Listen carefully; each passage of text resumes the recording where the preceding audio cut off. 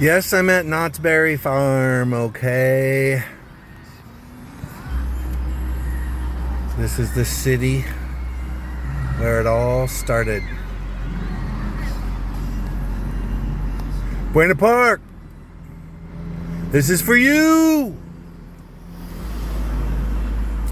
I was thinking about what Joe said earlier.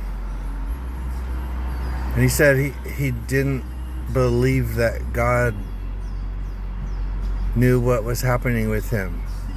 And he didn't believe that God has something good in store for him.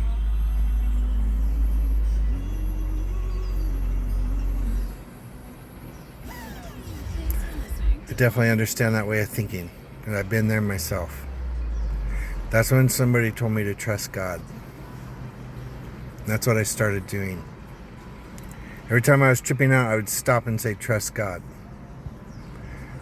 Every time I just wanted to cry and the anxiety was high, I just said, trust God.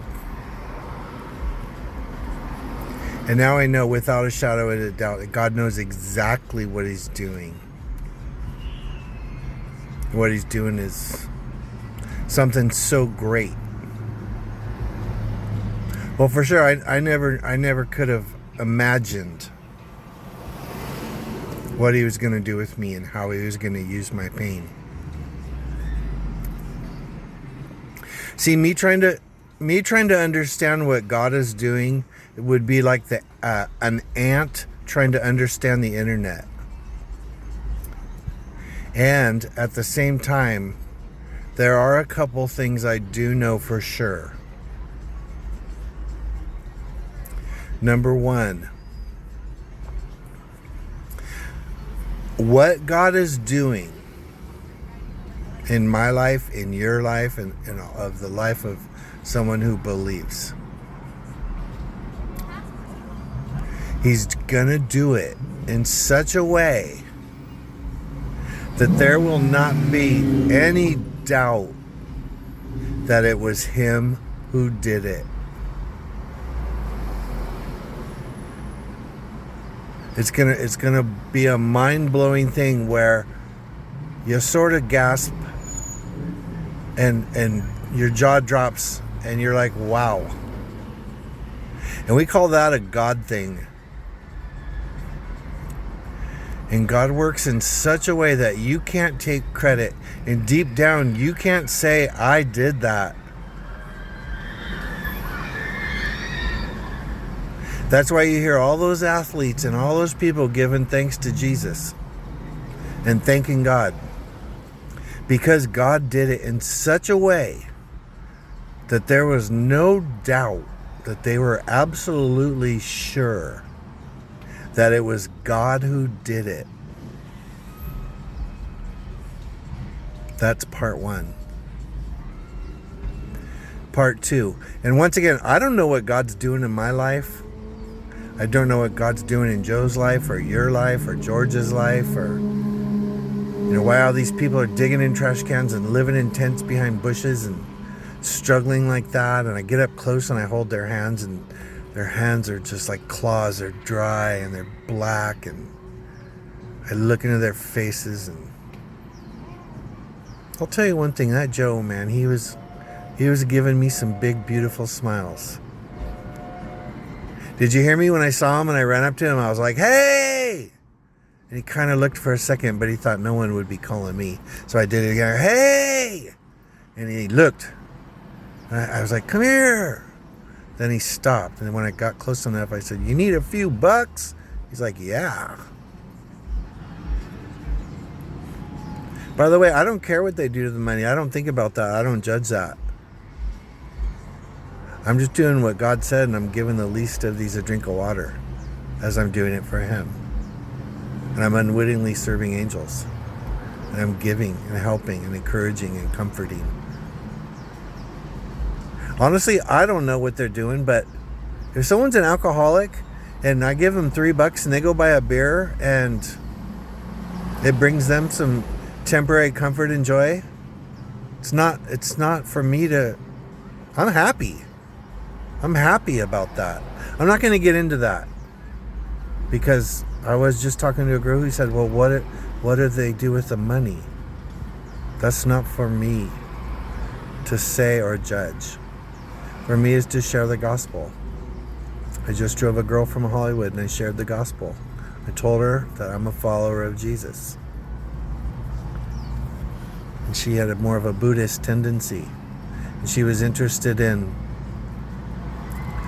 something greater. There is something greater. But she never bothered to specifically say what it is, or even to research and find out what it is, only to acknowledge that there's something greater. So I kind of called her out on that. And I told her I'm a Christian and I described the way I live. There's one other thing. There's the entrance to Knott's Berry Farm. You want to go in and ride Montezuma's Revenge? By the way, Lord, I'm going to take this time to ask for forgiveness. I grew up not far from here, and some of the things I did in this park were inexcusable. Man, I did some crazy stuff in here. I used to run across the top of that roof to get in free, and then me and my buddies would terrorize. I didn't want to go into all the stuff I did in there, but needless to say, it's pretty gross. Just pure anarchy. Ridiculous riots. And I'm asking for forgiveness for that. But I want to say, with my humble, tiny little brain, I want to say the second thing that God is doing. Although I don't know exactly what he's doing, I do know this. What he's doing is drawing us in. What he's doing is he's bringing us closer to him. Okay? What he's doing is leading us in the way everlasting, because he loves us. He loves us just the way we are, but he loves us too much to let us stay that way. What he's doing is trying to save our lives from death and lead us into life. He's trying to create a reliance upon him, and he's trying to open our eyes to the wonderful things in his law. He's trying to bring a peace that surpasses understanding. He's trying to make all our ways straight. What God is doing in your life, and my life, and Joe's life, and George's life, and Edward's life, all these people, he's trying to draw us closer to him, because he loves us more than anyone on this planet ever will. And he knows us, knows the deepest recesses of our hearts, and exactly what's going on with us more and better than anyone ever will.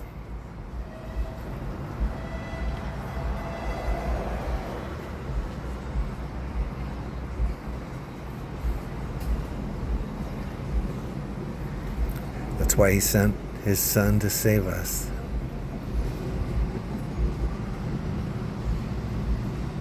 And it is said in the Bible, you can't come to the Father until he draws you to him through his son Jesus. So if you haven't been drawn yet, if that divine revelation hasn't occurred where now you see that Jesus is real, if that supernatural miracle hasn't happened for you yet, do not worry, because it's just not your time yet. But if I were you, I would do some seeking. I would do some knocking. I would do some asking. And I would do some trusting.